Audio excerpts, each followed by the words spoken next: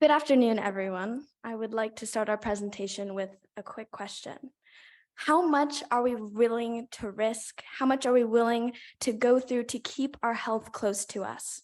Self-administering a dissociative anesthetic you can use in your own home? Well, don't think too hard. This is already a possibility. This is why we asked the research. I'm Alet Masai. I'm Rebecca Roldan. I'm Frida Bako. I'm Aditi Vendra. I'm Keith Lee.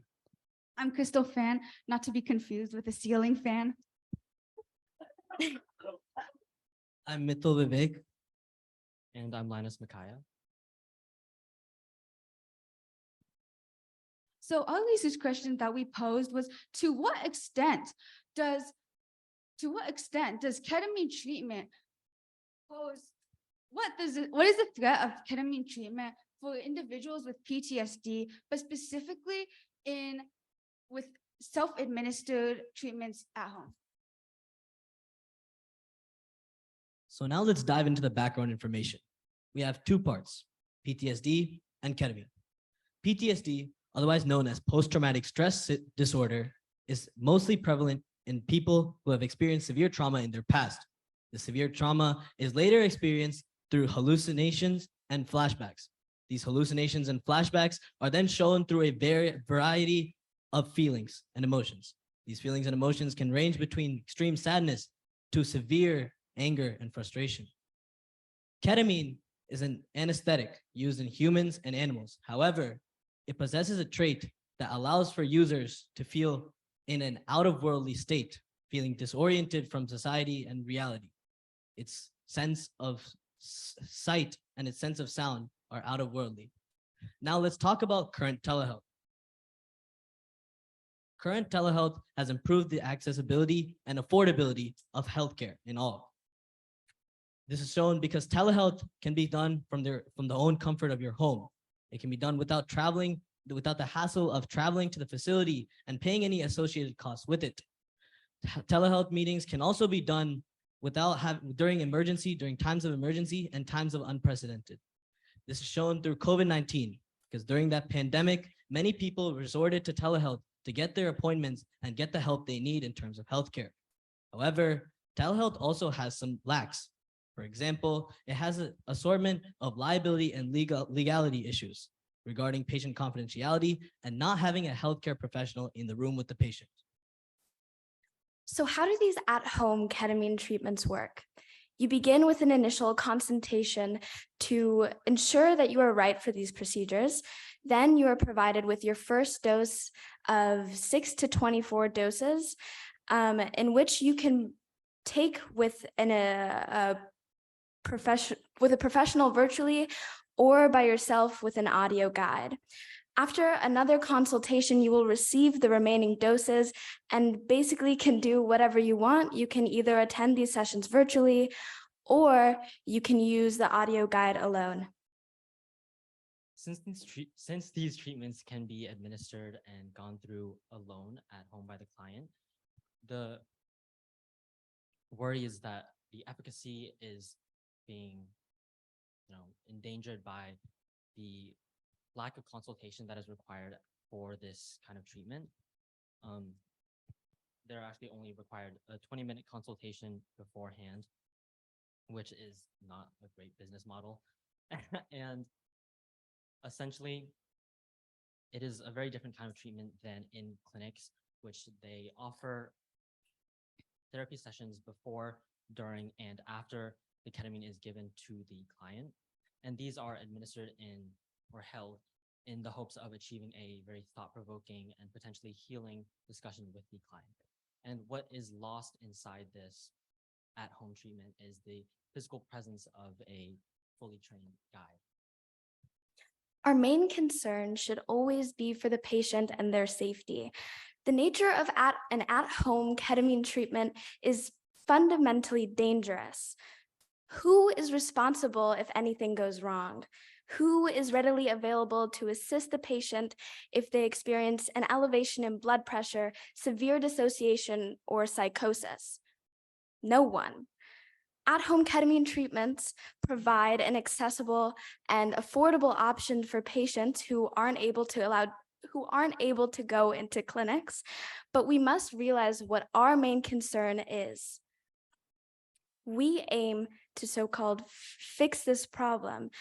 We absolutely cannot risk the safety and efficacy of a medical product just for its accessibility. Additionally, as Dr. Giordano stated in one of our lectures, where we discuss neuromodulation, there is a high risk that the client is becoming the gatekeeper, which increases the risk of irresponsibility, and therefore we put our client in a risk for safety. So before a patient can be administered the medication, they have to go through a medical intake form. Essentially, they are doing this virtually and digitally with no verification to see if the facts that they are stating about their physical health or their medical history is correct. This can have major effects with ketamine. So let's say you have hypertension and you don't put that you have that on the form, then there could be serious interactions, especially with drugs that you're currently taking. So this is a major flaw in the business model. So we propose that these companies should create a form in order to take to their primary care physician and verify their medical history, social history, and family history, as well as do a physical consultation to make sure that they are physically fit to do these ketamine treatments. Yeah. So biometric monitoring devices are vital for monitoring the client's health while on ketamine. As of now, MindBloom, the company that we've been looking at, sends a heart rate monitor as well as a blood pressure monitor in their self-administered ketamine kit.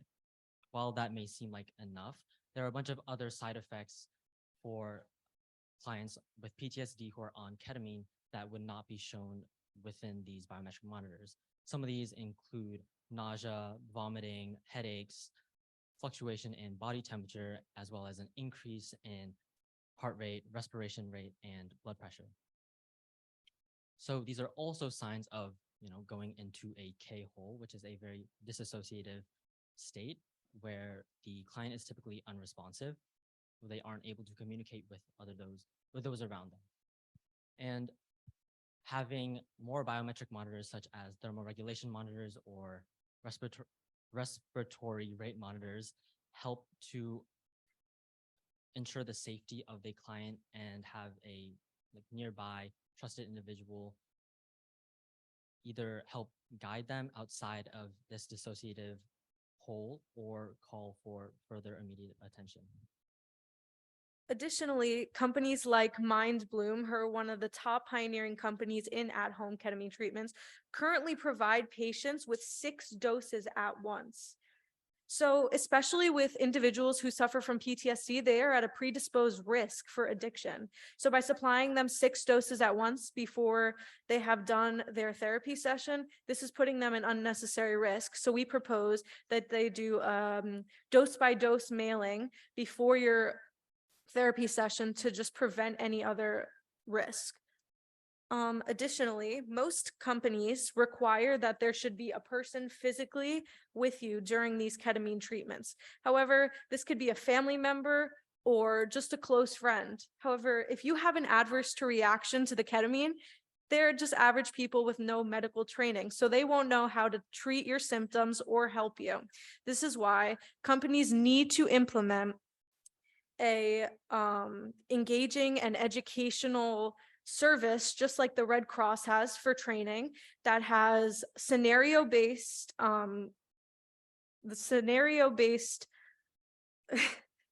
just scenario-based problems that the person will just become educated and be able to help their friend or family member who is currently going through the treatment. And these should be required for all companies because it provides a physical safeguard that's not available through telemedicine. So, regarding post-ketamine treatment, currently the established policy for companies such as MindBloom only offer journal feedback through an audio recording. Let me repeat that, an audio recording, which is a set of questions that the patient is supposed to sort of self-guide themselves after their experience, which could have also caused another traumatic like hit to them, you know? So it's established that there are no physical follow-up consultations. And we understand that self-guidance is important, but it is also limited because of this device and also because every single situation is not going to be the same. Every individual that goes through the treatment is not going to have the same experience. So one cannot simply rely on just this audio device. Physical consultations are needed, and they are needed to highlight concerns that an individual patient might have after their experience. There are multiple things that could be discussed. There could be individualized coping mechanisms that could help the individual when they're faced with a stressful time that they had went through. There's also breathing techniques. If a person is having multiple anxiety attacks, that could help them. And obviously, conversations of dosage change. There are multiple conversations that an individual will have to discuss with a person to person. It cannot be through an audio device. Therefore, we want to implement physical follow-up consultations that are specified to each person. As telehealth is a relatively new and rapidly evolving field, many health insurance plans don't cover telehealth visits for mental health, especially in situations where patients are self-administering medications in a non-medical setting.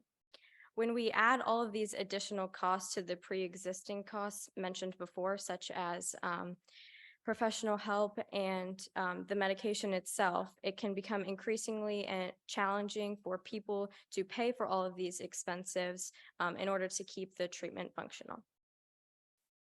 Before applying to MindBloom, the patient has to undergo a 20-minute consultation to evaluate their mental and physical state. This statement, this evaluation is insignificant due to the patient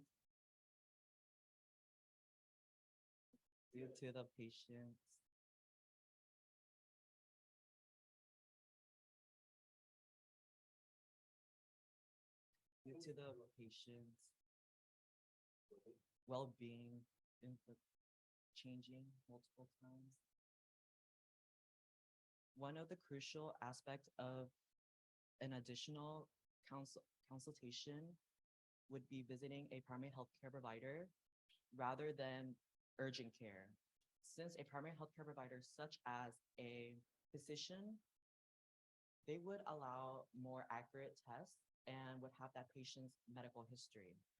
Considering all this data, it would ensure that the patient would be safe when administering the dose by themselves and that they're fit for the treatment.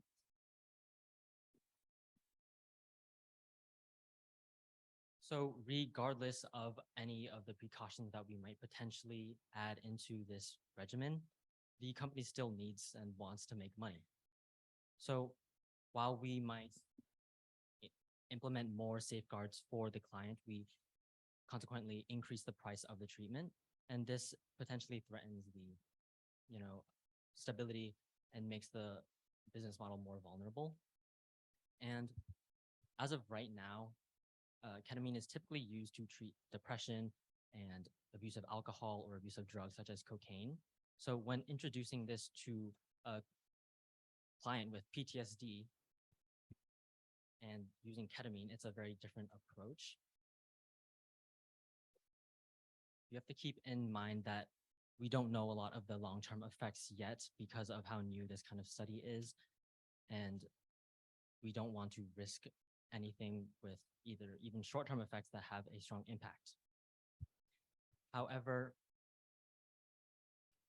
by adding more safeguards, we want to ensure the safety and well-being of the clients, but we also decrease the accessibility of this drug and treatment. So while it might seem, they can't access it, this isn't very good. Is it really that bad? Because are we willing to, or should we risk the physical and mental health of the client for just affordability and accessibility or convenience? Should we, risk further re-traumatizing them by experiencing a bad trip or getting into a very dissociative state where they have no one to help them? Should we risk endangering them even further than they are already affected by PTSD? In conclusion, for the model of cost versus safety, the accessibility cannot compromise, this cannot be compromised for the safety of the patient. With further future research studies and as well as data coming out, the development of this psychotherapy can be instrumental in the treatment of people with psychological conditions such as PTSD. Finally, I would like to leave you all with one quote. Dr. Robert Oppenheimer is famous for saying, "Theory will take you only so far." This issue needs to be addressed. There needs to be more testing. There needs to be more research done on the topic of ketamine treatments in a self-administered setting in a telehealth, using telehealth. Thank you for your time.